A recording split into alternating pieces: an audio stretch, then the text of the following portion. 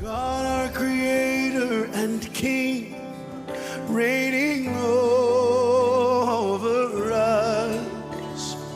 We lift our voices to sing.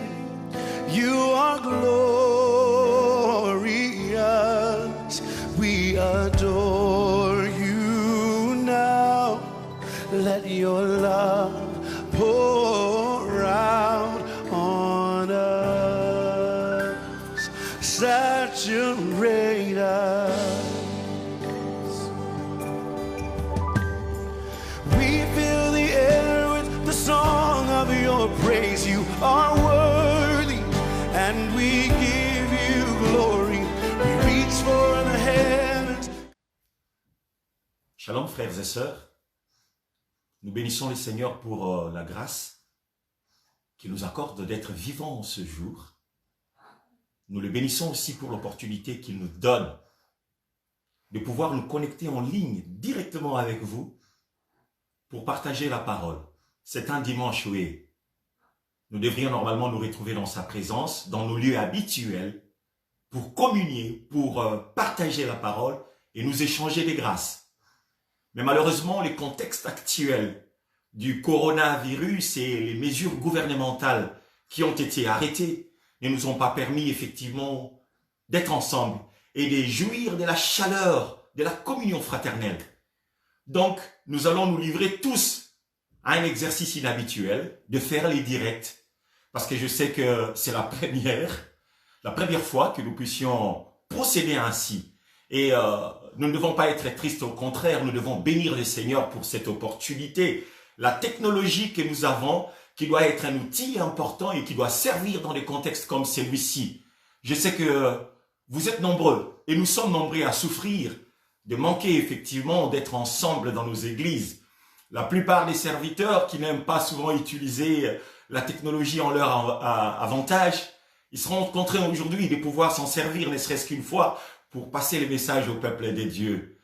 Nous devons nous nourrir, nous devons prendre soin du troupeau que le Seigneur nous a confié. Même si les mesures de confinement sont des rigueurs observées, nous ne nous empêcherons pas de vous offrir l'opportunité de vous asseoir à la table du Seigneur et d'être nourris avec la parole que le Seigneur a préparée pour nous aujourd'hui.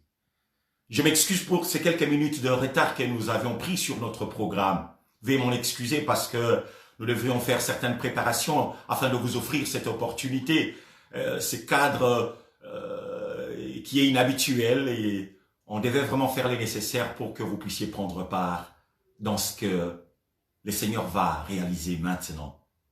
Alors, j'aimerais juste vous inviter partout où vous êtes, de pouvoir nous incliner en prière. Nous allons dire quelques mots à notre Père, l'auteur de la vie qui nous anime.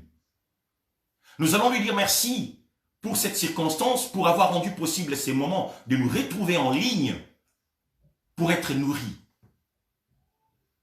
de sa parole. Si vous le voulez bien, là où vous êtes dans vos demeures, parce que vous avez accepté de nous ouvrir les portes de vos maisons, de vos familles, vous êtes peut-être nombreux assis au salon en train de partager ces instants avec nous. Alors, nous allons nous associer sur base de sa promesse, alors que le Père nous avait dit, le Seigneur nous avait dit, là où 2 ou 3 sont réunis en son nom, il est là. Et nous croyons effectivement que via cette connexion par WhatsApp, par Internet, par Facebook, le Seigneur nous met ensemble. Il est là avec nous. Alors nous allons honorer sa présence.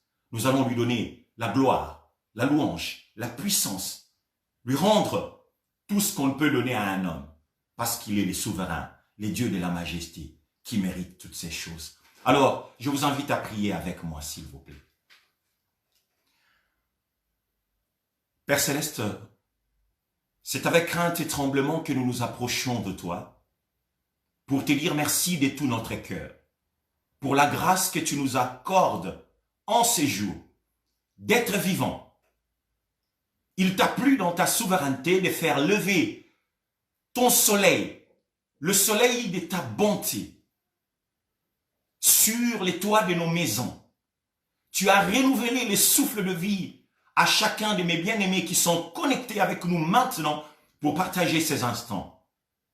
Nous bénissons ton nom, Seigneur, pour la disponibilité et la disposition intérieure que tu as placée en eux pour qu'ils puissent écouter, communier avec nous en ce moment, Seigneur notre Dieu.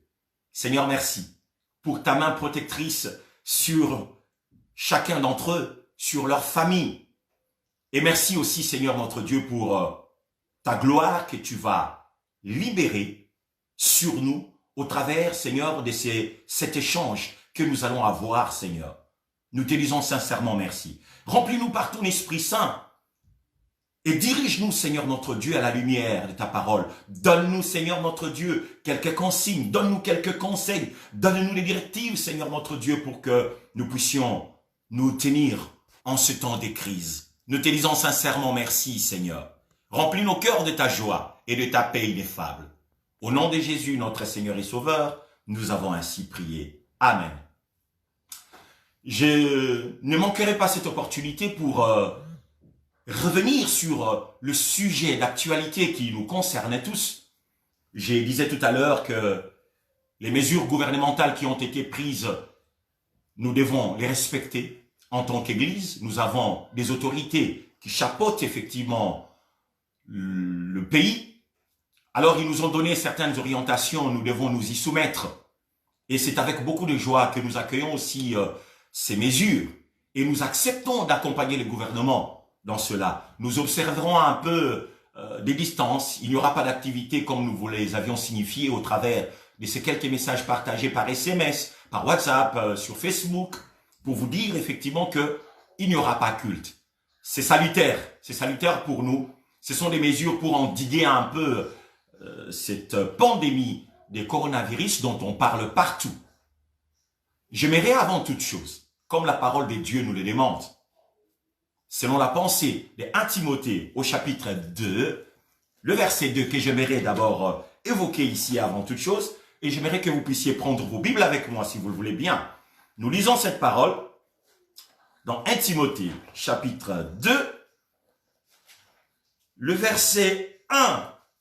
Écoutons ce que le Seigneur, notre Dieu, nous recommande dans cette parole, et c'est ce que nous allons appliquer maintenant. Il est écrit: j'exhorte donc, en tout premier lieu, à faire des requêtes, prières, intercessions, actions de grâce, pour tous les hommes, pour les rois, et pour tous ceux qui sont élevés en dignité, ou pour ceux qui occupent des positions supérieures, afin que nous menions une vie paisible et tranquille, en toute piété et dignité. Cela est bon et agréable devant Dieu, notre Sauveur, qui veut que tous les hommes soient sauvés et qu'ils parviennent à la connaissance de la vérité. J'exhorte donc avant toute chose, c'est une recommandation que notre Seigneur nous fait, avant toute chose, à prier à faire toutes sortes de prières, des supplications, des actions de grâce, à prier pour tous les hommes sans exception. Le Seigneur nous demande de prier pour tous les hommes sans exception, pour les rois, pour les autorités pour toutes les personnes qui sont élevées en dignité. Et c'est ce que j'aimerais que nous puissions faire. Parce que ça n'a pas été vraiment facile pour que le gouvernement arrive à prendre de telles mesures où on arrête tout. Les écoles de nos enfants sont fermées, des centres récréatifs et sportifs sont fermés, tout est à l'arrêt. C'est pas facile. C'est un coût énorme en ce qui concerne l'économie de notre pays. Et nous allons prendre d'abord le temps, sur base de cette parole, à la lumière de la pensée divine. Nous allons prier pour nos autorités. Que le Seigneur les aide, même s'ils ne connaissent pas Dieu, même si pour bon nombre, ils ne veulent pas reconnaître la Seigneurie de Jésus-Christ, même si certains d'entre eux ne marchaient pas avec nous dans les Écritures, dans la pensée biblique, nous allons quand même prier pour eux parce que ce sont des autorités. Ils sont là pour diriger la nation. Et nous allons prier pour eux pour que le Seigneur les assiste en ce moment difficile. Ils ont cette grande crise à gérer. Ils ont des mesures à prendre. Ils doivent surveiller beaucoup de paramètres pour essayer de sécuriser, d'apporter, d'apaiser le peuple, ne serait-ce que par rapport à ça. Nous allons prier pour eux, pour que Dieu leur vienne en aide. Parce que le Seigneur avait dit, sans moi, vous ne pourrez rien faire. Nous ne devons pas oublier, ni ignorer que ce sont des hommes. Ils sont au-dessus des institutions, de la nation, mais ce sont des hommes. Ils ont des limites. Et pour ça, ils ont besoin d'un plus grand, d'un plus fort qu'eux. Ils ont besoin des dieux. Ils ont besoin du soutien du Créateur. Je sais que plusieurs parmi ces autorités sont angoissés. Ils ne dorment pas. Le Premier ministre, le roi, les ministres qui sont autour d'eux et toutes les autorités. Je ne parle pas de tous ces scientifiques qui, comme des médecins, sont en train de se battre dans des laboratoires pour essayer de trouver comment ils pourront endiguer cette épidémie. Les personnels dans les hôpitaux, des médecins, les infirmiers et tous ceux qui travaillent dans des hôpitaux à côté des personnes qui sont infectées. Ils ont besoin de nous en tant que chrétiens. Ils ont besoin de notre assistance. Si nous ne devons pas peut-être apporter notre apport, notre participation n'est pas vraiment grand, mais nous pouvons grandement participer sur le plan spirituel en priant pour eux. Alors je vous inviterai vraiment à nous incliner dans la prière et à dire quelques mots au Seigneur en leur faveur, que le Seigneur les assiste, que Dieu les soutienne, que Dieu les protège dans le travail qu'ils sont en train de faire et qu'ils parviennent à le faire vraiment de tout leur cœur et que les résultats soient visibles et que beaucoup de gens soient sauvés, que beaucoup de gens soient protégés. Prions le Seigneur pour les autorités, recommandons-les entre les grâces dans la main du Seigneur pour que le Seigneur les protège, les garde, les assiste dans leurs décisions qu'ils sont en train de prendre. Nous prions le Seigneur. Père Céleste, nous venons à toi. Au nom de Jésus-Christ, nous nous inclinons en prière. Nous venons porter le roi. Nous venons porter la première ministre. Cette femme, Seigneur, que tu as établie au-dessus du royaume. Nous venons prier, Seigneur, notre Dieu, pour tous les ministres qui sont autour de lui. Et les différentes institutions qui se sont mis ensemble pour pouvoir combattre cette pandémie. Seigneur, la tâche n'est pas facile, nous en sommes conscients. La situation est tellement difficile. Je sais que bon nombre parmi eux ne dorment pas. Ils sont en train de penser, leurs esprits cogitent. Comment ils vont faire? Comment ils vont endiguer cette situation? Qu'est-ce qui va arriver?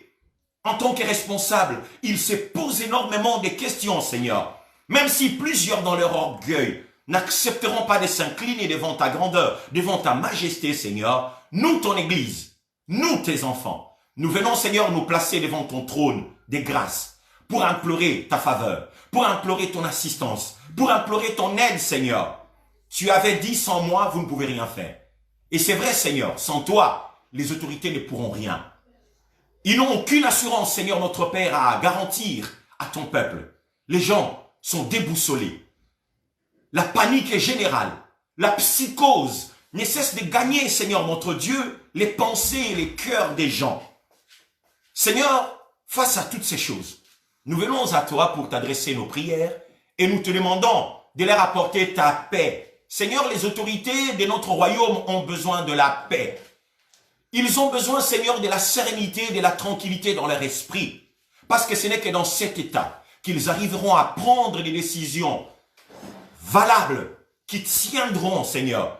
Parce que toutes les décisions et les mesures qu'on prend, Seigneur, dans la précipitation et dans la peur, n'arriveront pas, Seigneur, à encadrer les histoires. Voilà pourquoi nous nous tournons vers toi. Et nous te demandons, Seigneur, d'étendre ta main, de les aider. Si nous avons trouvé grâce à tes yeux, visite-le, visite ces autorités, visite les scientifiques. Protège, Seigneur, notre Dieu, ces autorités. Protège les médecins, protège les infirmiers, les infirmières, tous les personnels du corps médical, Seigneur, notre Père, qui sont en train de se battre, qui combattent, Seigneur, notre Dieu, d'arrache-pied pour le salut des personnes qui sont infectées et des seuls qui ne sont pas infectés pour les préserver. Seigneur, nous te disons merci, parce que nous savons qu'avec toi, tout est possible. Nous t'aimons, Seigneur, au nom de Jésus-Christ. Et après cela, j'aimerais que nous puissions prier pour nous-mêmes, pour nos familles, parce que nous sommes aussi concernés, nous sommes exposés. Nous allons prier pour nous, nous allons prier pour tous les serviteurs de Dieu, nous allons prier pour tous les enfants de Dieu, que notre Père, le protecteur, qu'il assure sa protection sur ses enfants que nous sommes. Nous avons 1001 promesses sur les promesses, la protection de Dieu dans les Écritures. Alors je vous inviterai, chacun et chacune là où il est, à pouvoir tenir, s'accrocher à une promesse de Dieu. Le psaume 91. Nous allons évoquer encore notre texte où le Seigneur est en train de nous garantir sa protection dans Jean chapitre 10. Jésus, nous voulons qu'il soit notre abri. Nous voulons que Jésus soit les lieux de la protection. Dans sa main, que nous puissions bénéficier de sa protection. Souvenez-vous, il a dit, ce qu'il tient dans sa main, personne ne pourra le ravir. Dans la main du Seigneur Jésus, nous jouissons de la sécurité et de la protection. Alors j'aimerais vous inviter à élever vos voix avec moi. Tous ensemble, nous allons porter nos familles, les personnes qui nous sont chères. Nous allons les confier à notre Père pour que le Seigneur, qui est le Dieu de toute protection, puisse assurer cette couverture, cette protection dont nous avons besoin. C'est vrai, nous sommes en face d'un virus qui est en train de causer du ravage. Mais au-delà du virus, frères et sœurs, j'aimerais vous dire, il y a un géant dans les spirituels. Je le répète, je pèse bien mes mots. Il y a un géant derrière ces fléaux qui est en train de parcourir le monde, qui veut stopper la mondialisation, qui est en train de donner un coup à l'économie mondiale et qui essaie aussi en même temps de toucher l'Église de Jésus. Parce que si on prend des mesures de cet ordre pour pouvoir nous contraindre à l'isolement, que nous soyons confinés pour essayer d'endiguer cette pandémie, ça peut ralentir la foi de certaines personnes. Ça peut affaiblir les nouveaux convertis parce que ils n'arrivent plus à trouver l'opportunité de rencontrer des serviteurs dans leurs églises normaux pour recevoir la parole, pour se nourrir. Ça peut avoir de l'impact sur le salut de plusieurs personnes qui sont faibles. Voilà pourquoi nous allons prier pour nous. Nous allons demander que le Seigneur notre Dieu nous garde dans le creux de sa main. Que Jésus soit notre protection en ce temps. Qu'il nous préserve de ces coronavirus. Que le Seigneur nous préserve. Qu'il préserve et protège tous ceux qui nous sont chers dans nos familles. Nous allons présenter cette pensée que nous lisons dans les psaumes 91 ou 91 pour les Belges. Le Seigneur nous a promis que 1000 tombent à notre côté et que 10 000 tombent à notre droite. Nous ne serons pas atteints. Tu ne seras pas atteint. Ta famille ne doit pas être atteinte. Voilà pourquoi nous allons prier face à cette contagion qui vole en plein midi. Que le Seigneur nous préserve, que le Seigneur nous protège. Est-ce que vous voulez bien que nous puissions encore adresser cette requête à Dieu en ce qui nous concerne, l'Église de Jésus? Et surtout, le Seigneur avait dit, les portes des séjours des morts ne prévaudront point contre son Église. Que ces géants qui est en train de marcher derrière cette pandémie, derrière ce fléau des coronavirus, n'arrivent pas à donner un coup à l'Église. Parce que l'Église, corps de Jésus, l'Église, cette société de Jésus, le corps de Christ, l'épouse de Jésus, ne peut pas subir des coups pareils.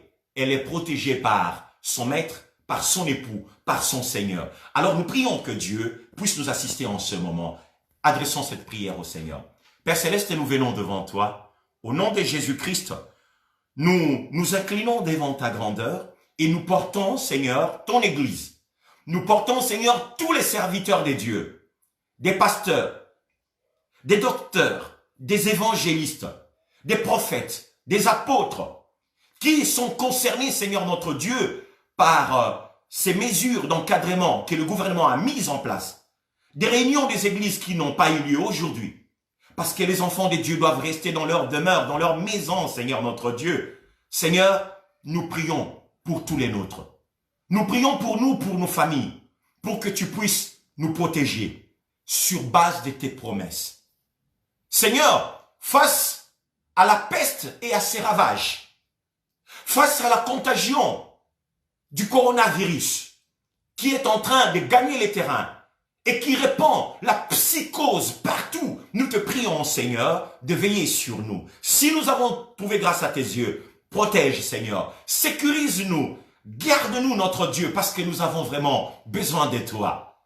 Divin berger de nos cœurs, c'est en ce moment, Seigneur notre roi, que nous voulons que tu t'élèves en notre faveur et que tu crées la différence. Viens marquer la différence en protégeant tes enfants. Viens marquer la différence en gardant, Seigneur, ceux qui ont foi en toi, ceux qui espèrent en toi, Seigneur.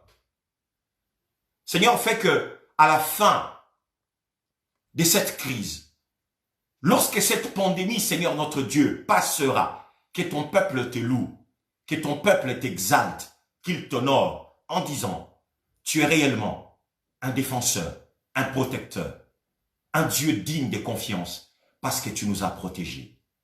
Nous t'aimons de tout notre cœur, Seigneur. Nous bénissons ton nom.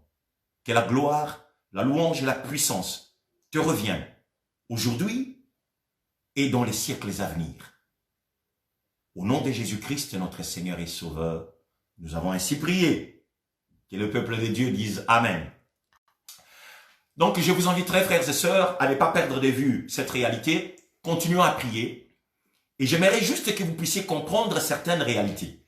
Prendre connaissance sur les réalités, les contextes dans lesquels nous nous trouvons. J'aimerais d'abord ouvrir la parole de Dieu. Pendant que je serai en train de partager la parole et je vous dirai au fur et à mesure les choses qui montent dans mon esprit. Nous allons dans les livres de Job. Nous allons lire au chapitre 14.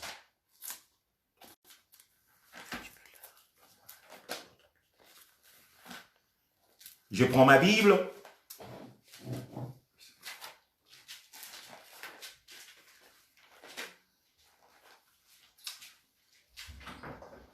Dans Job, nous lisons la parole de Dieu. Trouvez aussi Job, chapitre 14. Nous allons lire à partir du verset 33, si j'ai bonne mémoire. Job 14.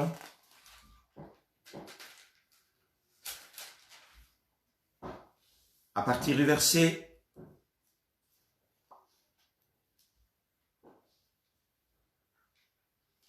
1.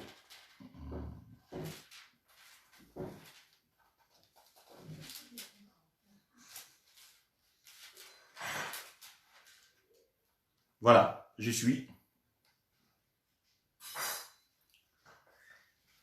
Job chapitre 33, à partir du verset 14. Job, chapitre 33, à partir du verset 14.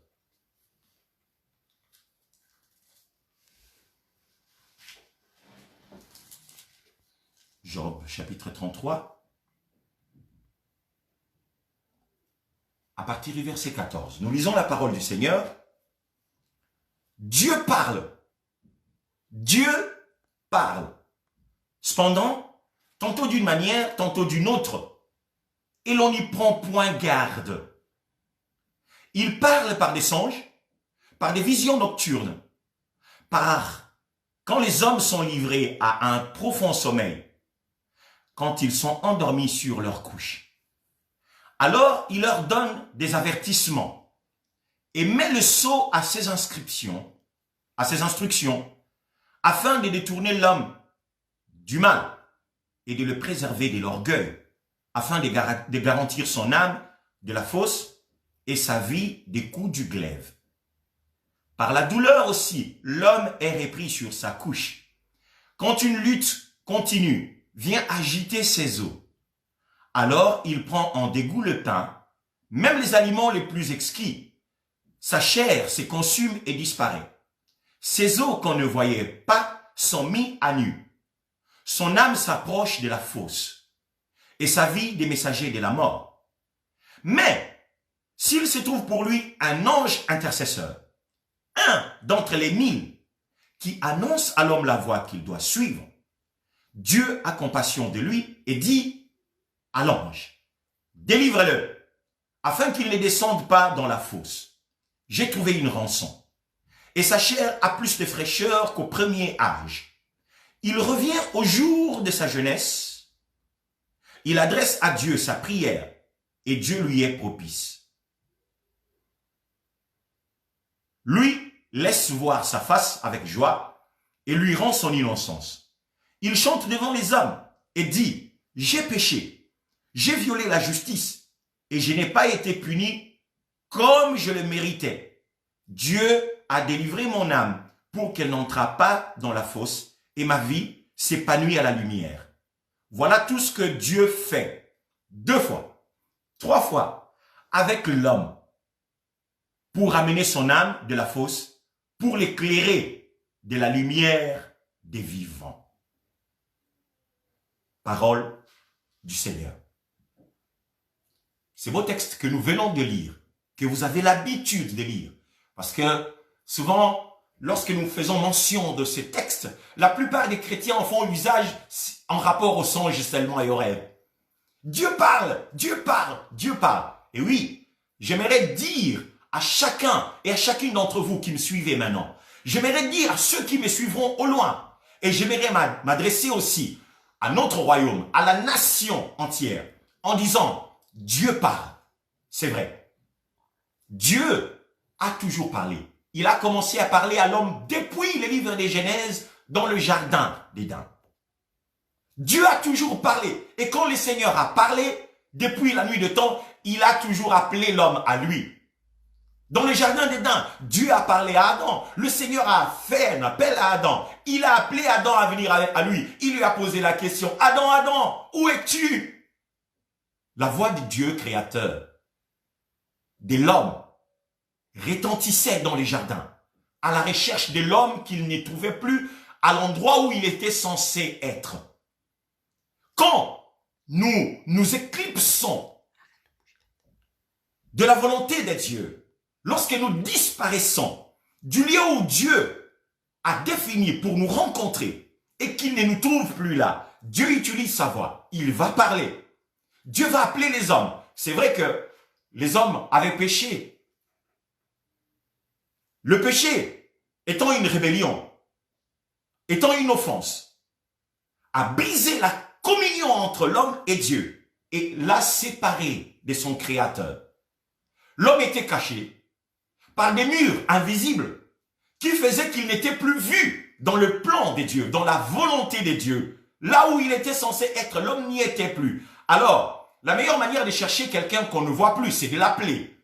Et Dieu a commencé à parler à l'homme. Dieu appelle l'homme. Il dit, Adam, où es-tu? Dieu a commencé à parler depuis longtemps. Mais malheureusement pour nous les humains, notre condition ne change pas. Les contextes ne changent pas. Des fois, ils sont répétitifs. Si Dieu avait cherché Adam dans le jardin d'Éden, parce qu'Adam ne se retrouvait pas au lieu de rendez-vous, là où Dieu était censé les rencontrer, aujourd'hui aussi, Dieu ne trouve pas les hommes de notre génération, nos contemporains, au lieu du rendez-vous où il est censé les retrouver. Eh bien, la voix de Dieu commence à retentir. Il appelle les hommes. Eh bien, pour parler, le Seigneur va utiliser les circonstances. Les événements qui sont tout autour de nous. Dieu, parce qu'il est un Dieu souverain, lorsque vous lirez les Écritures dans les livres des Psaumes 113, on est en train de parler de Dieu en tant qu'un souverain. On dit, notre Dieu est au ciel et il fait ce qu'il veut. J'aime beaucoup cette pensée. J'aime beaucoup cette parole. Parce que il nous décrit effectivement la souveraineté et la majesté divine. Que celui qui trône dans les cieux n'est pas un être simple, mais c'est un être à respecter.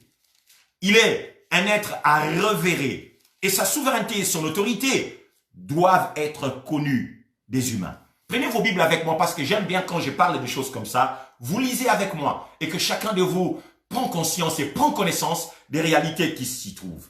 Nous lisons dans le psaume 115, le verset 3. J'ai dit bien, psaume 115, verset 3. La parole de Dieu dit ceci.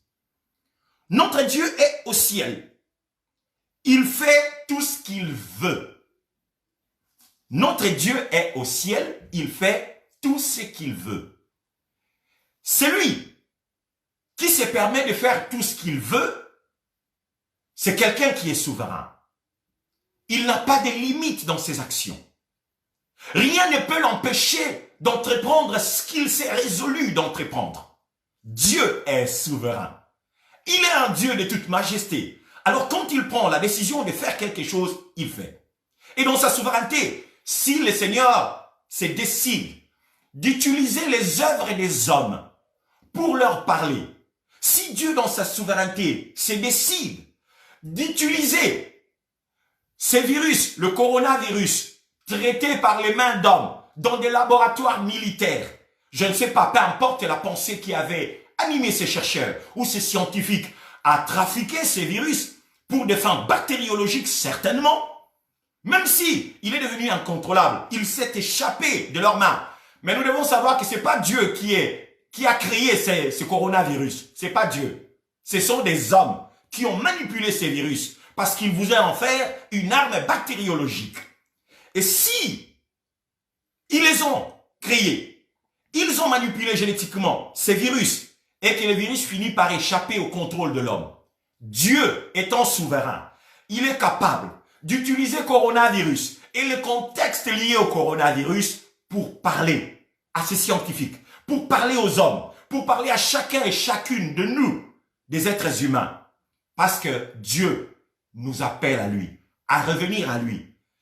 Nous les hommes, lorsque nous quittons la présence de Dieu, lorsque nous nous éloignons de Dieu, nous sommes disponibles et chargés d'énergie pour faire des bêtises. Nous faisons des choses. Dans un premier temps, nous croyons que c'est très utile pour nous. Mais ces histoires finissent par nous retourner contre nous. Ça devient une menace pour nous-mêmes. Mais Dieu, dans sa souveraineté, n'a jamais eu peur de se servir de nos échecs. Des histoires qui ont échappé à notre contrôle pour pouvoir nous envoyer un message. J'aimerais envoyer un message au monde scientifique. Dire à tous les scientifiques qui ne veulent pas croire en Dieu que Dieu a besoin de vous, hommes et femmes. C'est le Seigneur, le Créateur qui vous a doté des capacités que vous avez. L'intelligence que vous avez à étudier des choses, à manipuler la génétique, les êtres humains. C'est Dieu qui vous a donné. Mais vous devez savoir qu'il est votre Créateur aussi. Il vous aime, il tient à vous. Ça fait longtemps que Dieu vous cherche. Mais le monde s'est décidé de se tenir loin de Dieu. Les hommes ont choisi de vivre loin de leur Créateur. Ils ont tourné le dos au Créateur. Mais lui, dans son amour infini, ne vous a pas oublié. Dieu ne vous a pas oublié. Il veut juste vous faire savoir que vous avez une place dans son cœur. Son fils Jésus est mort sur la croix pour vous. Le sang de Jésus a coulé pour chaque homme. Et le message de la croix, l'œuvre salvatrice que Christ a accomplie sur la croix n'est pas vaine. La mort de Jésus n'est pas vaine. Le salut que Christ a apporté aux hommes est encore valable et disponible pour vous, les scientifiques, pour tout être, pour tout homme, pour toute femme qui pourra tomber sur cette vidéo et qui pourra suivre ce message. Frères et sœurs, Dieu vous aime et Dieu vous appelle à lui. Dieu vous invite à revenir à lui. Vous l'avez oublié, mais lui, il ne vous a pas oublié. Vous l'aviez abandonné, mais lui, il ne vous a pas abandonné. Même dans nos folies, dans tout ce que nous sommes en train de faire, le Seigneur est avec nous. Des fois, Dieu, dans son amour infini, il s'est fait petit pour essayer de suivre les hommes qu'il a créés par sa main. Des êtres qu'il peut détruire d'un clin d'œil, par le claquement de doigts. Mais il ne le fait pas parce qu'il tient à vous. Le Seigneur vous aime. J'aimerais que vous compreniez ces messages importants. Qu'au travers du coronavirus, l'amour de Dieu est en train de parcourir les rues, les nations, les peuples, les tribus, des clans, des ethnies, pour ramener les hommes à lui. Ce que Dieu veut, que tous les hommes soient sauvés et qu'ils parviennent à la connaissance de la vérité. C'est vrai, le contexte actuel, parce que nous parlons du coronavirus, sème la panique, sème la terreur. Nos esprits sont remplis de cette psychose. La peur a gagné nos pensées. Les hommes ne savent plus où mettre la tête. Pour preuve, vous aviez suivi énormément de vidéos qui circulent dans les réseaux sociaux. La panique qui a gagné les hommes. Les hommes sont en train de dévaliser des magasins. Ils veulent se faire des provisions pour se protéger. Mais la protection des hommes ne servirait à rien du tout. Sans Dieu, vous ne pouvez rien faire. En fait, c'est Dieu qui protège. C'est vrai. Avec l'intelligence et le bon sens, nous devons jouer avec précaution, en respectant effectivement toutes ces mesures, rester chez nous, nous préserver. Mais au-delà de ça, il faudra que le Seigneur soit de notre côté. Parce que nous pouvons nous confiner dans nos maisons. Est-ce que cela empêcherait les virus d'entrer chez nous? Vous êtes sûr que le fait de rester chez nous, le virus n'entrera pas? Non. Si la mort veut venir frapper, elle viendra frapper. Je vais vous ramener un peu pour rafraîchir vos esprits. Israël était en Égypte. Et pendant ce temps, le Seigneur devait juger l'Égypte. Il a donné des consignes à son peuple. L'ange de la mort allait être relâché et il allait parcourir l'Égypte, tuant des hommes. Et pour préserver le sien, Dieu a donné des consignes à son peuple. Il dit, vous prendrez un agneau que vous immolerez et vous prendrez le sang de l'agneau que vous appliquerez sur les linteaux de votre porte. Pour que lorsque l'ange de la mort passera, quand il verra le sang, il ne frappera pas dans cette maison-là. Eh bien, dans toutes les familles, dans toutes les maisons des Égyptiens, qui n'avaient pas les mesures de Dieu, qui n'avaient pas reçu la parole du Créateur, du Seigneur, leur maison n'était pas protégée parce qu'ils n'avaient pas appliqué le sang. La parole a été adressée au peuple de Dieu. Ils avaient la parole, ils ont pris à la lettre les instructions du Seigneur. Ils ont tué un agneau. Ils ont pris le sang qu'ils ont appliqué sur les linteaux. Lorsque l'ange de la mort a commencé à marcher sur l'Égypte, il n'a pas touché au peuple de Dieu parce qu'ils avaient obéi. Ils avaient obéi à la parole. Ils s'étaient soumis aux instructions de leur Seigneur. De la même manière, aujourd'hui, nous vivons la même scène. Ce n'est plus peut-être le même ange qui a tué les Égyptiens de l'autre côté. Nous voyons coronavirus, mais derrière coronavirus, il y a un ange de la mort qui est en train de circuler. Frères et sœurs, nous prions pour que le Seigneur, notre Dieu, nous préserve. Dieu doit garder nos familles, mais à condition que nous puissions accepter la parole de Dieu, que nous puissions accepter les consignes du Créateur. Nous devons accepter l'œuvre de la croix que Jésus a réalisée et que nous puissions prendre cette œuvre de la croix, le sang de Jésus qui a coulé pour appliquer sur nos vies, pour appliquer sur nos foyers. C'est juste un acte simple en croyant en Jésus, en croyant à l'œuvre qu'il a réalisée sur la croix, en reconnaissant que c'est pour toi qu'il est mort, en reconnaissant c'est pour ta famille qu'il est mort. Il a versé son sang pour ton salut et le salut de ta famille. Nous devons accepter cette réalité. Et le fait de croire, juste croire, ce n'est rien de compliqué. Il suffit juste de croire. C'est ce que Dieu veut. En croyant en Jésus, nous acceptons effectivement l'œuvre de la croix. Nous croyons en sa mort. Nous acceptons de prendre son sang et de l'appliquer sur notre vie et sur notre maison. Et lorsque l'ange de la mort serait en train de circuler derrière le coronavirus, il se rendrait compte effectivement que nous sommes marqués par le sang de l'agneau. Il ne nous touchera pas parce que nous appartenons à quelqu'un d'autre. Nous appartenons à quelqu'un de plus puissant que lui. Nous appartenons à notre Seigneur. Nous appartenons à Jésus. Et que Jésus a payé le prix. Et pour ça, il est capable de protéger ses enfants. Et le Seigneur le fera pour ta maison. Le Seigneur le fera pour ta famille. Il n'est pas trop tard. Je vais juste te dire que le Seigneur est capable de le faire. Eh bien, je te conseillerais. Je souhaiterais que chacun d'entre nous, ceux qui n'ont pas eu encore le temps de se tourner vers le Seigneur, de donner leur vie à Jésus, de pouvoir conclure une alliance avec le Seigneur en lui donnant leur vie maintenant, l'invitant à être les seigneurs et les sauveurs de leur vie. En disant, Seigneur, j'accepte de saisir ta main tendue. Je crois que c'est pour moi que tu es mort. Tu es mort pour mes péchés. J'ai vécu longtemps sans toi. J'ai marché sans toi. J'ai bâti une vie loin de toi, Seigneur. J'ai mal au cœur. À moi la honte. Je reconnais mes péchés. Je reconnais mes faiblesses. Je reconnais que j'ai été crucifié par mes fautes.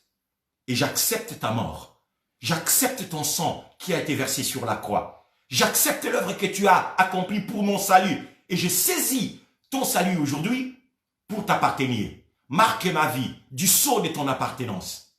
Marque ma famille du sceau de ton appartenance. Seigneur, que le sang que tu as fait couler sur la croix de Golgotha soit marqué sur mon front, sur ma maison, par la foi. pour que je puisse bénéficier de ta protection en tant que ton enfant, en tant que ton peuple. C'est très important, frères et sœurs. Alors, je reviens. Nous avions lu notre texte dans Job chapitre 14. Job chapitre 33, pardon. Et le Seigneur, le verset 14 a introduit en disant « Dieu parle tantôt cependant d'une manière d'une autre. » Et je vous ai montré comment Dieu a commencé à parler depuis les jardins d'Éden. Jusqu'aujourd'hui, Dieu parle. Et Dieu continue à parler. Dans le contexte actuel, le Seigneur est en train de parler à chaque peuple, à chaque nation, à chaque personne qui s'était éloigné de lui. Des hommes qui avaient choisi les plaisirs et qui s'étaient détournés de Dieu. Des hommes qui avaient choisi le sexe. Regardez combien la plupart de nos autorités sans Dieu sont en train de travailler. Ils arrivent à mettre sur pied des lois qui bafouent la sainteté de Dieu, des lois qui insultent Dieu. Tout cela pour montrer effectivement qu'ils ont fait un choix, ils ont tracé leur chemin sans Dieu. Ils n'ont pas besoin de Dieu dans leur vie. Mais aujourd'hui, le Seigneur vous rattrape. Parce que derrière ces virus que les hommes eux-mêmes ont créés, Dieu vient vous parler avec amour. Il vous cherche. Il veut que vous puissiez revenir à lui. Vous qui avez choisi les plaisirs plutôt que Dieu, le Seigneur vient à vous aujourd'hui pour vous dire, vous avez encore du prix à ses yeux. Vous avez de la valeur à ses yeux. Revenez à moi, mes enfants. Je reviendrai à vous. Tournez-vous vers moi et je vous accueillerai. C'est ce que le Seigneur est en train de vous dire à vous qui me suivez maintenant. Ne voyez pas cette crise des coronavirus comme un jugement de Dieu. C'est pas un jugement de Dieu. Il y a une autre manière de faire une autre lecture de cette situation. Parce que je vous ai dit, ce sont des hommes qui sont derrière ces virus. Dieu n'y est pour rien. Que les personnes qui ont toujours facile à accuser Dieu, n'accusez pas Dieu. N'accusez pas votre Créateur. Ce sont des scientifiques qui, dans leur laboratoire, ont travaillé, ont manipulé ces virus. Dieu n'y est pour rien. Mais seulement, il se sert de cette situation maintenant pour que vous puissiez venir à lui. Il veut vous dire, la sûreté, la sécurité que vous cherchez, la protection que vous cherchez, n'est pas là où vous êtes censé, vous croyez la trouver. Parce que tout ce que nous pouvons croire important qui pourra nous protéger, ce n'est pas ça. Parce que vous en avez des témoignages. Les médecins chinois qui ont travaillé dans les laboratoires avec ces virus, eux-mêmes qui étaient censés être des puissants, certains d'entre eux sont morts. Les docteurs dans les hôpitaux qui ont donné leur vie pour essayer de soigner les malades. Suite au serment d'Hippocrate, ils n'ont pas hésité à un seul instant à secourir des personnes qui étaient dans les besoins. Et en le faisant en âme et conscience, ils ont exposé leur propre vie. Et certains d'entre eux sont tombés suite à ces virus. Le coronavirus. Voyez-vous? Dieu est tellement amour, Dieu est tellement bon. Il est compatissant. Si nous revenons à lui, le Seigneur notre Dieu nous prendra par la main, nous dirigera, nous conduira, il nous placera dans un lieu de sécurité. Il nous gardera dans des bunkers qu'aucun virus ne pourra percer ni traverser. C'est en lui. En lui. Et ces bunkers, ces lieux de sécurité et de protection inviolables, c'est son Fils. Vous devez être en Jésus pour jouir de cette sécurité. Vous devez être en Jésus pour bénéficier de cette protection. Dieu, dans son amour, dans sa miséricorde, veillera sur vous, veillera sur nous. Alors, dans notre texte de Job chapitre 33, Dieu parle. Et quand le Seigneur commence à parler, Dieu utilise les circonstances de la vie. Dieu utilise des événements. Dieu peut utiliser des choses qui sont agréables, tout comme toutes celles qui sont désagréables. Le Seigneur peut passer dans des circonstances convenables, tout comme inconvenables, pour parler. Il a décrit un événement ici que nous avions lu tous ensemble. Il dit ceci. J'aimerais revenir sur ces versets parce qu'il est important. Dieu cependant parle, tantôt d'une manière, tantôt d'une autre. Et l'on n'y fait pas attention. Souvent quand Dieu nous parle, nous ne faisons pas attention. Comme il est en train de parler actuellement, son amour est en train de crier, appelant les hommes, revenez à moi, je vous aime. Tournez-vous vers l'œuvre que mon fils Jésus a accomplie sur la croix. Dieu parle. Mais souvent, nous ne prenons point garde. Nous ne faisons pas attention. C'est notre nature. Nous ne faisons pas attention à Dieu. Nous ne faisons pas attention à Dieu quand il nous dit qu'il nous aime. Nous ne faisons pas attention à lui. Quand Dieu nous appelle à lui, nous ne faisons pas attention à lui. Mais lorsque nous sommes confrontés à des réalités pareilles, regardez combien nous observons à la lettre de petites règles qu'on nous donne, des mesures hygiéniques. On nous dit de laver nos mains régulièrement. Il y a plusieurs personnes qui vont même tomber dans une folie. Ils vont devenir des maniaques à laver les mains. Tout le monde respecte cela à la lettre. Oh, si simplement nous pouvions commencer à laver nos cœurs, à nous repentir, à demander pardon à Dieu tout le temps, comme nous commençons à laver nos mains pour nous protéger du coronavirus, beaucoup de gens seraient sauvés. Beaucoup de familles seraient sauvées. Beaucoup de gens vivraient en paix avec le Seigneur. Parce que nous laverons nos cœurs, nous nous repentirons, nous demanderons pardon à Dieu pour tous nos péchés. Continuez, c'est pas mauvais, continuez à laver vos mains. En même temps que nous lavons nos mains, lavons aussi nos cœurs. Mais nous n'avons pas que les mains, nous avons aussi un cœur. Il n'y a pas que des virus dans les physiques, il y a aussi des virus dans les spirituels. Plus mortels que le coronavirus, le péché. Nous jouons avec les virus dans les spirituels qui sont plus dangereux que le coronavirus. Lorsque la plupart des lois qu'on est en train de dicter sont en train de favoriser la dépravation des mœurs, la corruption morale, inciter les gens à la débauche, au péché, on est en train d'approuver, de valider des choses que Dieu n'a jamais approuvées. Des mariages entre hommes, des mariages entre femmes. Ce sont des histoires que Dieu, lui, dans sa société, n'a jamais approuvées. Mais aujourd'hui, les hommes sont en train de valoriser tout ça. Ce sont des virus mortels. Ils ont souillé l'homme de l'intérieur et ils tuent plus que le coronavirus. Nous devons craindre plus des virus spirituels que des virus, le coronavirus qui est en train de circuler partout, frères et sœurs. Nous devons dire aux nôtres, à nos amis et connaissances, à nos collègues sur nos lieux de travail respectifs, leur dire qu'il y a pire que le coronavirus. Ce sont des virus spirituels que les hommes ont cru peut-être banaliser. Ils les traitent avec légèreté. Nous courons toujours vers le mal. Nous courons vers les débauches. Nous courons vers des histoires qui n'honorent pas le Seigneur. Et ces histoires nous minent. Ça nous détruit. Ça nous tue devant notre Créateur. Revenons. Revenons à Dieu. Sondons nos voies. Regardons comment nous sommes en train de nous conduire. Regardons comment la société est en train de vivre. La société qui s'est éloignée de Dieu doit revenir. Les autorités qui ont reçu la grâce, vous avez reçu la parcelle d'autorité que Dieu vous a donnée, parce que toute autorité vient de Dieu. Les hommes vous ont élus, c'est bien. Ils vous ont hissé au sommet de l'État pour diriger et gouverner, c'est bien. Mais vous vous tournez contre les créateurs. Vous avez commencé à combattre votre Créateur en effaçant les traces de Dieu dans la société. Vous vous attaquez au Créateur. Eh bien, qui vous protégera? Si vous les rejetez, si vous vous détournez de lui, qui vous protégera?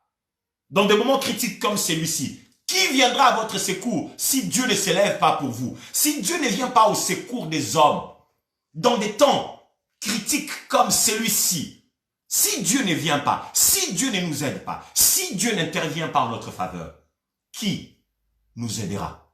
Parce que nous-mêmes, nous sommes limités. Nous sommes en panique. Les Chinois qui fabriquaient nos masques que nous utilisons dans les hôpitaux, ils ont bloqué tous les stocks. La pénurie s'est installée. Et nous ne savons que faire. La panique a gagné. La panique a gagné toute la nation. La panique a gagné tout le pays. Le monde entier est secoué.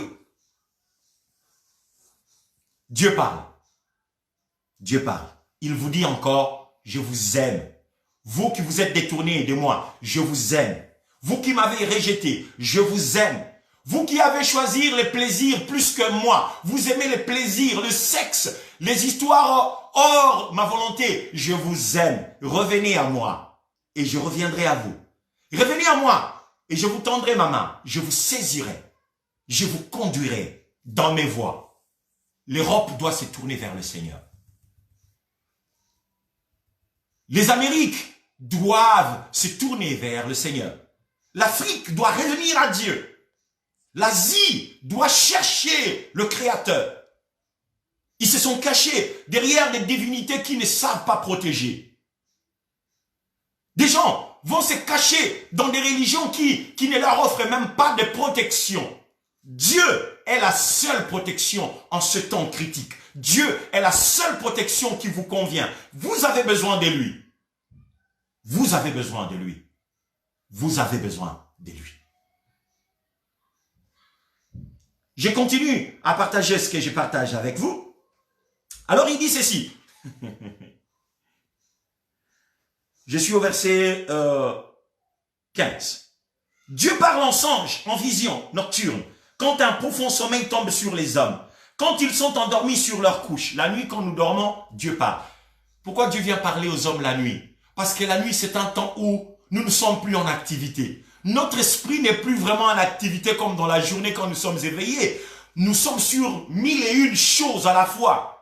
Et quand nous sommes éveillés dans la journée, nous ne pouvons plus. Nous ne sommes pas capables d'offrir à Dieu toute notre attention, de lui trouver du temps où nous sommes calmes et tranquilles dans la méditation pour l'écouter. Non. Notre esprit est dispersé et Dieu ne peut pas nous parler dans une confusion comme ça, lorsque nous sommes distraits, lorsque nous sommes occupés. La nuit, dans les songes, dans les rêves, c'est un moment opportun où nous ne sommes plus en activité comme ça. Là, Dieu peut avoir notre attention et nous serons dans un face-à-face avec lui. Nous lui accorderons toute notre attention. Voilà pourquoi il peut utiliser les songes et les rêves pour venir nous parler tranquillement. Voyez-vous? Et c'est quelque chose de bien. Il est le Dieu souverain. C'est lui qui a créé l'homme. Il sait comment il peut nous avoir pour nous parler, pour nous glisser un message, pour nous donner un conseil, pour nous donner même un avertissement. Il le fait la nuit, dans des songes, dans des rêves. Ça, c'est quand nous sommes inconscients la nuit, nous dormons. Notre corps dort, mais notre esprit reste toujours en activité. Voilà pourquoi nous rêvons. Voilà pourquoi nous faisons des songes. Et nous pouvons recevoir des messages venant de la part de notre Créateur, de notre Seigneur, au travers des songes et des rêves. Dieu parle. Mais au-delà des songes, Dieu a d'autres moyens de parler. Le Seigneur peut utiliser la création pour parler, comme il a fait. Lorsque vous regardez la création, c'est un moyen que Dieu a utilisé pour parler à son peuple, pour se révéler aux hommes. Je vais juste prendre un texte dans le psaume 19. Prenez-les avec moi, nous allons lire cette parole. Le psaume au chapitre 19. La parole de Dieu dit ceci.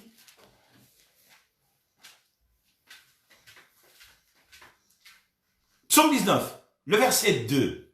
Psaume 19, verset 2. Les cieux racontent la gloire de Dieu, et l'étendue manifeste l'œuvre de ses mains. Le jour en instruit un autre jour. La nuit en donne connaissance à une autre nuit. Ce n'est pas un langage, ce ne sont pas des paroles, dont le son ne soit point entendu. Leur retentissement parcourt toute la terre. Leurs accents vont aux extrémités du monde, où il a dressé une tente pour les soleils. Et le soleil semblable à un époux qui sort de sa chambre, s'élance dans la carrière avec la joie d'un héros. Il se lève à une extrémité des cieux et achève sa course à l'autre extrémité. Rien ne se dérobe à sa chaleur. Je me suis arrêté là. Rien ne se dérobe à sa chaleur. Le verset 2 a introduit cette réalité en disant « Les cieux racontent la gloire de Dieu et l'étendue manifeste l'œuvre de ses mains. » Et je parlais tout à l'heure de la création. La création est un moyen que Dieu utilise aussi pour parler aux hommes.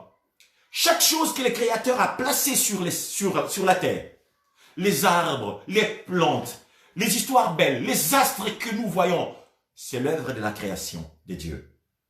Et cela nous donne un message que Dieu existe. Dieu existe pour celui-là qui veut se prendre un athée supersonique, qui refuse de croire en Dieu. La création est un message. Il libère un message pour te dire que Dieu existe. Dieu parle. Et c'est vrai, il parle par la création. Chaque créature qui se trouve dans la création est comme une lettre que le Seigneur a placée dans la nature,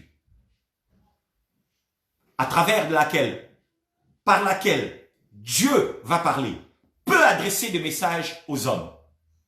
À l'époque où les gens n'avaient pas la Bible, lorsqu'ils tournaient leur regard vers le ciel, en regardant les astres, ils voyaient qu'il y avait un être supérieur. C'est lui qui a créé ces astres et qui les a placés aux cieux. Et là, quelque part, nous ne le voyons pas dans nos yeux, mais il est bel et bien réel. Il existe. Lorsqu'on regarde la beauté des fleurs émet un message en disant que Dieu existe. Tout ce qui nous entoure, tout ce qui est ambiant, tout ce qui est dans le physique nous parle que Dieu existe. Lorsqu'on regarde ces histoires et qu'on ne croit pas en Dieu, alors nous avons une grande foi. Comme quelqu'un le disait, il faudra avoir beaucoup de foi pour être un athée. Il faut vraiment avoir beaucoup de foi pour être un athée. Nier que Dieu existe nécessite beaucoup de foi. Parce que cela vous contraindrait à nier tout ce qui existe là pour dire que Dieu n'existe pas. Si Dieu n'existe pas, alors la création que nous sommes en train de voir là nous conduit à dire que c'est sorti du hasard. Alors, restons dans cette partie de la théorie évolutionnelle où on ne veut pas reconnaître que Dieu est le créateur. On dit que c'est un hasard qui a produit tout ce qui existe. Au point où il y a des choses qui sont classifiées, classées dans des familles, dans des groupes, dans des sous-groupes, dans des familles et sous-familles, les embranchements différents. Tout ça, ce n'est pas l'œuvre d'un hasard, non. Il y a une intelligence supérieure. Dans la création, nous pouvons voir Dieu. La création est une lettre de Dieu aux hommes pour dire aux hommes, même si vous ne me voyez pas, j'existe. Même si vous ne me voyez pas, je suis là, derrière l'œuvre que j'ai faite. J'existe réellement. Voyez-vous? Et c'est comme ça que nous devons apprendre à lire la lettre de Dieu dans la création. La création enferme un message important, que le Dieu de la création est bel et bien là, derrière la création. Au-dessus de la création, le Dieu de la création existe. En dessous de la création, le Dieu de la création est là. Au-delà et au-dessous de la création, le Dieu de la création est bel et bien réel. Il est une réalité invisible. Ne l'ignorez pas. Apprenez à l'associer dans vos vies. Apprenez à l'associer dans vos projets. Apprenez à l'impliquer dans tout ce que nous sommes en train de faire, frères et sœurs, mesdames et messieurs. Ça, c'est un message important. Alors, je vais évoluer pour ne pas trop nous éterniser là-dessus. Le verset 16 a dit: alors, il fait des révélations aux hommes et met les sots à leur instruction. C'est Dieu qui, lorsque nous sommes plongés dans un sommeil, il nous donne des instructions, il nous donne des conseils, il nous révèle des choses. Il vient mettre les sots à ses instructions afin d'écarter l'être humain des dangers, pour nous écarter des dangers, pour nous épargner des situations critiques. Dieu peut parler au travers des songes, pour nous prévenir des dangers à venir. Et il peut nous préserver même de l'orgueil. Il peut utiliser ces moyens pour parler, afin de garantir l'âme de l'homme du gouffre. La partie qui m'intéresse, c'est à partir du verset 19. Le texte dit ceci: par la douleur aussi, l'homme est repris sur sa couche. Ou autrement, par la douleur aussi, l'homme reçoit un avertissement sur sa couche. Quand une lutte continue vient agiter ses os, ici, le Seigneur est en train de nous dire une vérité.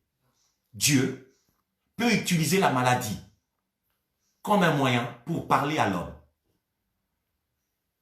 Ce qui prouve cela, ce sont des termes et les expressions utilisées ici. Il dit ceci: par la douleur aussi, l'homme reçoit un avertissement sur sa couche, quand une lutte continue vient agiter ses os, la lutte dont on parle ici, il s'agit de la maladie. Le verset 20 renchérit en disant, alors il prend en dégoût le pain, la nourriture que tu aimais.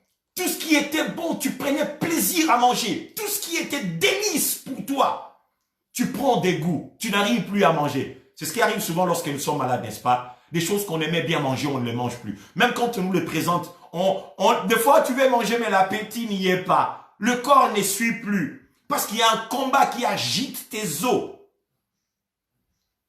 Et d'autres expressions qui attestent effectivement qu'il s'agit de la maladie dont Dieu est en train de parler ici. Il dit ceci. Alors il prend en dégoût le pain. Même les aliments les plus désirables, les plus exquis, l'homme n'arrive plus à les manger.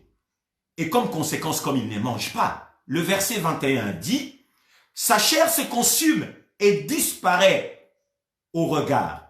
Ses os qu'on ne voyait pas sont mis à nu. C'est-à-dire la maladie a commencé à secouer l'homme. Par le manque d'appétit, comme la personne ne mange plus, la personne maigrit. Et l'amaigrissement est tellement fort qu'on peut lire les os de la personne. Parce que la personne est en train de lutter entre la vie et la mort. Sa chair se consume et disparaît au regard. Ses os qu'on ne voyait pas sont mis à nu. Son âme s'approche du gouffre. C'est-à-dire, dans sa maladie, l'homme est à la porte de la mort. Il veut mourir. Il veut mourir. Et comme il s'approche du gouffre de la mort, sa vie et sa vie de ceux qui donnent la mort. Mais s'il se trouve pour lui un ange intercesseur, un seul d'entre les 1000, qui annonce à l'homme son devoir, alors il lui fera grâce et dira, délivre-le. Délivre-le. La maladie. Aujourd'hui, il y a beaucoup de maladies qui sont en train de tournoyer. Des gens attrapent diverses maladies dans leur corps. Mais c'est que la plupart des gens ne comprennent pas. Plusieurs n'arrivent pas à lire le message de Dieu au travers de cette circonstance douloureuse qu'ils vivent. Tu as peut-être vécu longtemps dans la débauche. Tu as peut-être vécu longtemps dans l'adultère. Tu as brisé le cœur de ta femme pour aller prendre une autre femme. Et tu n'as pas compris, après cette vie-là, tu es tombé gravement malade. Dieu est en train peut-être de te parler. Tu as abandonné tes enfants pour aller derrière d'autres hommes. Dieu t'a vu. Et tu es en train de souffrir d'une maladie. Tu prends des médicaments, rien n'est pas. Tu prends tous les spécialistes de tout ordre, tu les as rencontrés. Ils ont fait le nécessaire, malgré les médicaments d'appoint qu'ils arrivent à te donner. Aucun changement. Pourquoi ta maladie persiste? Est-ce que tu t'es posé la question? Vous êtes-vous demandé peut-être pourquoi, au-delà de tous les antibiotiques, au-delà des médicaments, des thérapies que les médecins vous ont données, il n'y a aucun changement? C'est-à-dire, la solution est ailleurs. C'est-à-dire qu'il y a un problème qui doit être réglé dans ta relation avec Dieu. Est-ce que tu as entendu les messages de Dieu au travers de cette situation? Que Dieu te parle, il te rappelle à lui. Que le Seigneur, par ta maladie, est en train de te parler en disant, tourne-toi vers moi, abandonne tes mauvaises voies, abandonne cette vie. Tu as torturé tes enfants, tu as torturé ta femme, tu as torturé ton épouse, tu as fait du mal à la société. Arrête avec cette voie. La maladie devient un moyen pour te dire, stop, parce que tu t'es engagé sur une pente escarpée et il y a la mort qui te guette. Si tu ne te réponds pas, tu vas passer. Dieu est en train de te donner un message. Est-ce qu'as-tu pu ou aviez-vous pu lire, décrypter ces messages de Dieu derrière la maladie que vous êtes en train de connaître? Aujourd'hui, c'est l'épidémie de coronavirus. Est-ce que vous êtes capable de lire le message de Dieu derrière le coronavirus? Cette maladie que les hommes eux-mêmes ont pu créer. Dieu marche maintenant derrière cette maladie pour parler aux hommes, pour appeler les hommes, pour chercher les hommes. Tous ceux qui sont secoués par cette maladie, ils doivent se tourner vers le Seigneur, chercher l'auteur de la vie. La respiration que vous avez, chaque matin lorsque vous vous réveillez, le matin, vous ne pensiez même pas à rendre grâce à Dieu. Dire un petit merci à l'auteur du souffle que vous aviez. Vous croyez que c'était par habitude que vous vous réveilliez? Non. Il Il y a quelqu'un derrière le souffle qui vous anime. C'est lui qui renouvelait ce souffle en vous. C'est lui qui vous donnait la force de vous lever le matin, d'être en bonne santé, de sortir de votre maison, d'entrer dans votre voiture, d'aller sur le lieu du travail pour aller travailler et il vous ramener à la maison. C'est Dieu est tous les jours à vos côtés. Amen. Mais combien se soucient de lui? Vous vivez comme si rien, s'il n'existait pas. Vous vivez dans la plénitude de son ignorance. Vous êtes dans un déni permanent que Dieu n'existe pas. Vous croyez que c'est par vos efforts que vous vous réveillez le matin. Vous croyez que par vous-même que vous vous protégez. Mais non, c'est lui qui vous garde.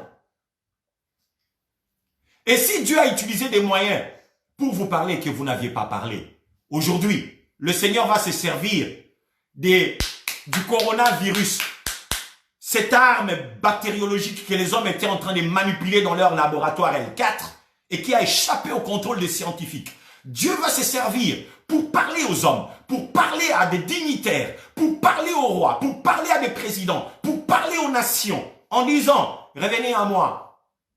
Dieu va parler au travers de ces virus, au travers de cette pandémie qui nous a tous assujettis à cette peur, qui nous a plongés dans cette psychose.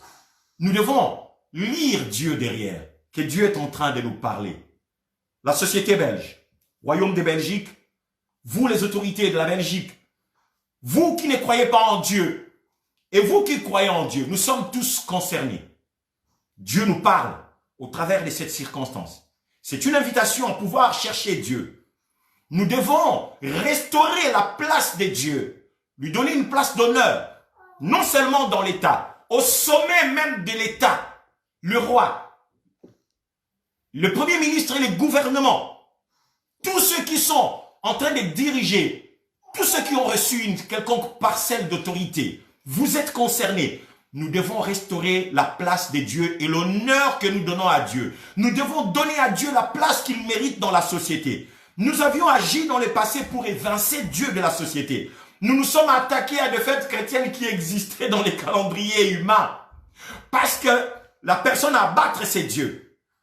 Dieu dérange. Quand nous faisons le mal et qu'on évoque Dieu, Dieu dérange. Alors c'est quelqu'un à abattre, c'est quelqu'un à éliminer. C'est comme ça que nous avions vécu jusque-là. Mais aujourd'hui, au travers de cette épidémie, il y a un nouvel appel. Dieu appelle tout le monde à revenir, à lui donner une place dans son cœur, à lui donner une place dans nos familles, à lui donner une place dans notre société, à lui donner une place dans notre gouvernement. Cet appel retentit derrière ces coronavirus, cette pandémie qui est en train de nous secouer pour que nous puissions honorer le Créateur et restaurer son autel dans la société. J'aimerais vous dire, en concluant ce message, comme Ésaïe le disait à ses contemporains, parce que nous parlons à la lumière de la parole de Dieu. Les réalités sont là. Dieu est en train de parler. Il invite les hommes. Et nous devons marcher à la lumière de ce que Dieu dit. Je vais juste lire un verset avec vous. Prenez vos Bibles dans Ésaïe chapitre 8. Nous lisons Ésaïe chapitre 8. Écoutez ce qui est dit au verset 20. C'est un appel qui concerne tout le royaume de la Belgique et toutes les nations du monde, tous les continents. Toutes les religions, je dis bien, tous les continents, toutes les nations, tous les royaumes et toutes les religions du monde sont concernés par cet appel urgent que Dieu vous lance aujourd'hui derrière ces virus qui est en train de sévir partout. J'ai lu le verset 20. La Bible dit ceci, la parole de Dieu. À la loi et au témoignage. Je dis bien, à la loi et au témoignage. Si l'on ne parle pas ainsi, il n'y aura point d'aurore pour le peuple.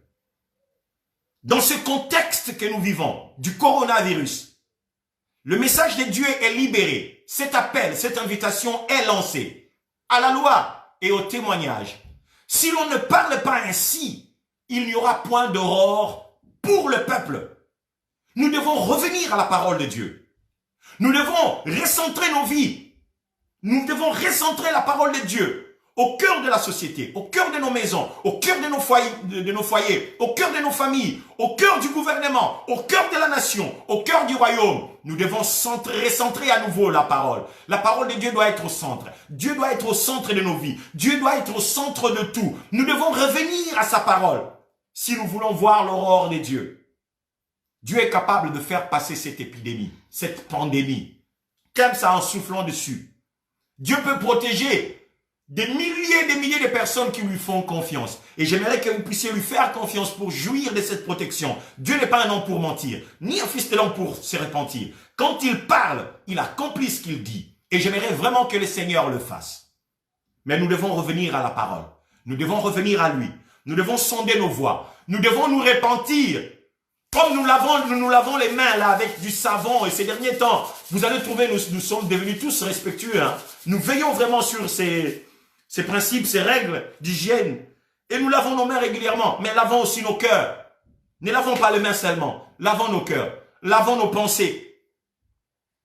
Lavons nos bouches, lavons nos langues avec la parole. Purifions-nous, parlons bien, vivons bien, de manière à honorer notre Créateur, le Dieu créateur du ciel et de la terre. C'est lui qui, dans sa parole, nous protégera. Dieu peut nous protéger en nous gardant dans sa main. Il peut nous couvrir sous ses ailes. Il peut nous cacher sous ses ailes. Il est capable de le faire. Si nous demeurons dans sa parole, le Seigneur peut nous protéger aussi. Il est capable de le faire. La parole de Dieu devient une sphère.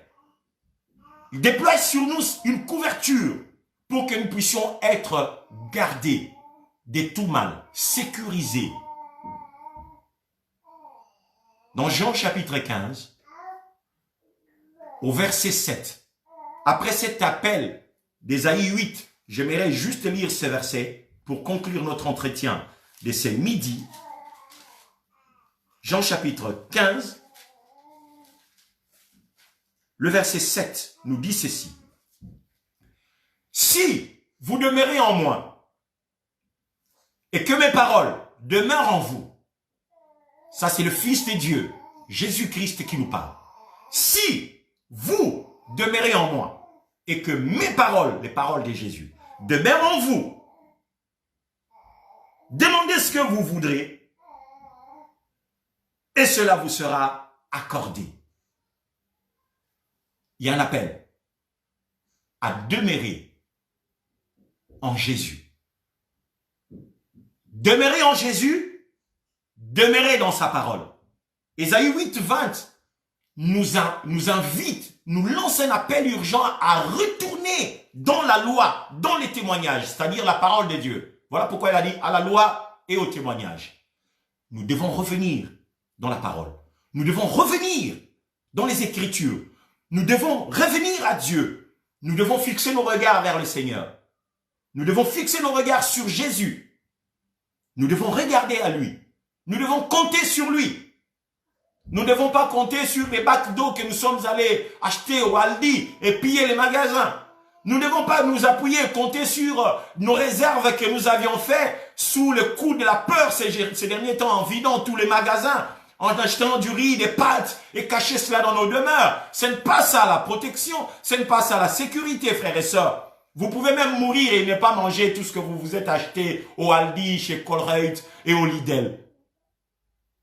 Cherchez plutôt à vous abriter sous l'ombre des ailes de votre Créateur, de votre Dieu.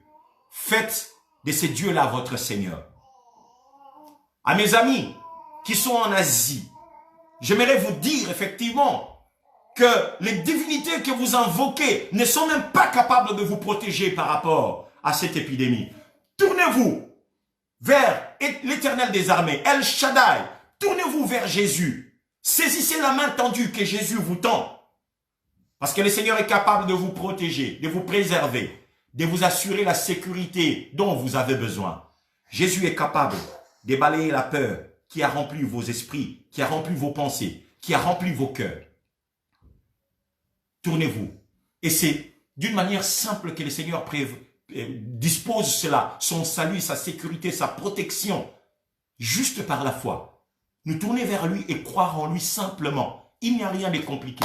Vous n'avez pas d'efforts à faire. Vous n'avez pas des histoires, des incisions à faire, des pratiques à allumer, des bougies, rien de tout ça. Faire des tralala, des maquillages, tout ça, il n'y a rien du tout. Le Seigneur vous invite simplement à faire un acte de foi, à croire en lui, qu'il est capable de protéger, de veiller sur vous. Que le Seigneur remplisse vos cœurs de cette paix ineffable. Que le Seigneur Jésus vienne avec sa paix qui surpasse toute intelligence et qu'il couvre vos cœurs avec cette paix. Qu'il couvre les cœurs de tous vos frères et sœurs, de vos membres de la famille avec cette paix qui émane de lui. Frères et sœurs en Christ, ne vivez pas dans la peur. N'agissez pas comme ceux qui sont sans espérance. Christ en nous, c'est l'espérance de la gloire. Nous avons Jésus en nous. Nous ne devons pas vivre dans la peur. Nous ne devons pas vivre dans cette psychose. Ne laissez pas vos cœurs être gagnés par cette psychose. Ne laissez pas la peur envahir vos cœurs. Comme dans Jean chapitre 14, Jésus disait que votre cœur ne se trouble pas. Croyez en Dieu et croyez en moi. Je vous réitère cette parole. Que votre cœur ne se trouble pas dans ces contextes, dans cette situation. Croyez en Dieu et croyez en Jésus. Faites-lui confiance. Priez. Que ce temps de confinement que nous avons, suite aux mesures gouvernementales qui ont été prises, que ce temps soit un moment de méditation, de communion pour nous. Prenez le temps de méditer la parole. Prenez le temps de lire les Écritures. Prenez le temps de prier. Vaquez à la prière et à la méditation de la parole. Ça, c'est quelque chose de salutaire. Rapprochez-vous. Profitez pendant que vous êtes à la maison avec votre famille. Profitez pour vous rapprocher davantage de Dieu. Venez nouer des relations avec le Seigneur. Consolidez vos rapports avec ces dieux de la Bible, avec ces dieux d'amour, avec ces dieux merveilleux. Renforcez vos liens avec lui et soyez bénis partout où vous êtes. Que le Seigneur bénisse sa parole dans vos cœurs. Je vais juste prier pour clôturer ces instants. Voilà. Je suis votre serviteur, le pasteur Betsalel au Sango, du centre de réveil Parole proclamée. Nous sommes juste sur l'avenue Van Volksem, numéro 380, à 1190, à Forêt. Et nous avons nos cultes chaque dimanche à 11h. De 11h à 13h pour les dimanches. Et le mercredi, nous faisons les études bibliques. Le soir, de 19h à 20h30. Et les vendredis, nous sommes là pour la prière, l'intercession, de 19h à 20h30. Si ces programmes vous conviennent bien, vous serez des nôtres. Vous êtes les bienvenus. La maison est ouverte. Mais pour l'instant, nous sommes tous fermés. Nous ne sommes pas en activité suite aux mesures gouvernementales. Toutes les activités sont suspendues pour l'instant jusqu'au 3 avril. Et c'est là que nous redémarrerons. Mais vous aurez l'opportunité de recevoir des messages régulièrement. Nous parlerons au peuple de Dieu régulièrement. Vous aurez l'opportunité de vous nourrir au travers des exhortations, des enseignements que nous ferons en ligne pour l'instant, jusqu'à ce que les autorités gouvernementales arriveront à lever les mesures qu'ils avaient placées pour endiguer cette pandémie. Alors nous reprendrons nos activités et nous aurons ainsi à nous retrouver. Merci pour votre attention. Merci pour avoir accordé tout ce temps pour écouter. Et je sais que ce n'est pas en vain. Tout le temps que vous avez investi pour écouter cette parole, vous avez été bénis. Et l'auteur de cette parole vous honorera. Je vais prier pour vous, pour vos familles, pour vos foyers, là où vous êtes. Si vous voulez bien fermer vos yeux avec moi et nous prions le Seigneur ensemble. Dieu notre Père, c'est avec respect, avec crainte et tremblement, Seigneur, que nous nous inclinons devant ta majesté. Nous reconnaissons ta grandeur, nous reconnaissons ta souveraineté. Tu es Dieu de toute éternité. Avant que les hommes n'existent, tu es Dieu. Tu n'avais pas besoin que les hommes t'élisent Tu n'avais pas besoin que les hommes te votent. Tu n'avais pas besoin, Seigneur, que les hommes arrivent à t'élever et t'installer en tant que Dieu. Tu n'avais pas besoin de tout ça. Tu étais Dieu avant que nous puissions exister. Même si les hommes ne veulent pas te reconnaître, même s'ils ne veulent pas se tourner vers toi, tu es Dieu et tu resteras Dieu d'éternité en éternité. Merci pour ta parole que tu nous as donnée. Nous la recevons, Seigneur notre Dieu, avec foi. Nous faisons une autre lecture de cette situation, du contexte que nous vivons avec le coronavirus. Nous avions compris que derrière cette pandémie, tu parles aux hommes. Tu nous appelles à toi, à revenir à toi, parce que nous nous étions éloignés, parce que nous nous étions détournés de toi, parce que nous avions choisi les futilités au lieu de t'honorer. Nous avions choisi, Seigneur, le péché, les impuretés, les dépravations, et nous avions négligé ta sainteté. Nous te demandons pardon, Seigneur. Nous revenons à toi. Les personnes qui suivent ce message et qui prient avec moi en ce moment, je viens les lever devant toi, Seigneur, notre Dieu, que ta main puissante se pose sur elles toutes, sur leur famille. Que ceux qui croient en toi, Seigneur, que tu les préserves, que tu les protèges, que tu les gardes sur base de tes promesses. Tu es le Dieu qui est un refuge, un abri. Tu es une forteresse pour ceux qui viennent s'abriter auprès de toi. Pour ceux qui croient en toi. Tu es celui qui les délivre du filet de l'oiseleur. Tu es celui qui les délivre de la peste et de ses ravages. Tu es celui qui les protégera de cette contagion qui frappe en plein midi. Seigneur, que 1000 tombent à leur gauche. Que 10 000 tombent à leur droite. Préserve tes enfants. Protège ceux qui croient en toi. Protège toutes ces personnes humbles, misérables, qui ont reconnu, Seigneur, leur misère, qui ont reconnu leur manquement, leur insuffisance, qui se sont dépouillés de leur orgueil et qui ont accouru à toi pour demander refuge auprès de toi, pour chercher un abri auprès de toi. Seigneur, accueille-les, parce que tu ne mets jamais dehors ceux qui viennent à toi. J'ai prié au nom de Jésus, protège ces personnes qui sont venues avec foi, en sachant que toi, tu les défendras. Tu veilleras sur eux ou sur elles. Protège-les, Seigneur, au nom de Jésus. Qu'ils soient bénis. Que même en temps de crise, que ces personnes ne manquent de rien. Seigneur, que tu pourvoies. Nous te demandons, Seigneur, d'agir au-delà de tout ce que nous sommes en train de voir. En commençant, Seigneur, au sommet de la haute hiérarchie de l'État, jusqu'à la dernière personne, que tu pourvoies. Nous prions pour tous tes enfants, Seigneur, qui sont en train de travailler d'arrache-pied dans les hôpitaux, les médecins. Parmi les médecins, il y a des serviteurs de Dieu, des pasteurs. Parmi les médecins, il y a tes enfants qui ont cru en toi. Parmi les infirmiers et les infirmières, il y a des pasteurs. Il y a des enfants de Dieu qui ont cru en toi. Seigneur, qu'ils soient croyants ou pas, protège-les. Qu'ils te connaissent ou pas, Seigneur, protège-les parce qu'ils sont en train d'accomplir un travail honorable et formidable.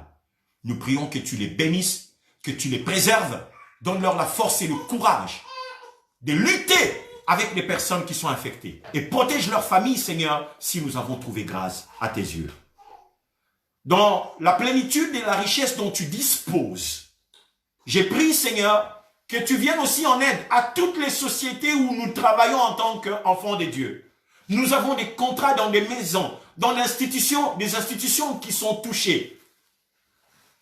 Ceux qui sont à l'aéroport, avec ces manques de manques, le manquement, Seigneur, économique, comme les frontières sont fermées dans certains pays, des avions qui ne décollent plus, Seigneur notre Dieu, nous prions, Père, pour que tu pourvoies. Aide les autorités gouvernementales à trouver des mesures pour essayer de pallier à cette crise, Seigneur. Et que les sociétés qui ont subi des coups énormes puissent être relevées après que cette pandémie soit passée pour répondre leurs activités correctement et qu'ils jouissent de la réussite, de l'épanouissement, de leurs activités correctement, Seigneur. Au nom de Jésus-Christ, en ton nom, nous avons ainsi prié. Amen. Que Dieu vous bénisse et bon dimanche à tous. God, our Creator and King, reigning over us, we lift our voices to sing. You are glorious. We adore you now. Let your love pour out on us. Saturate us. We fill the air with the song of your praise. You are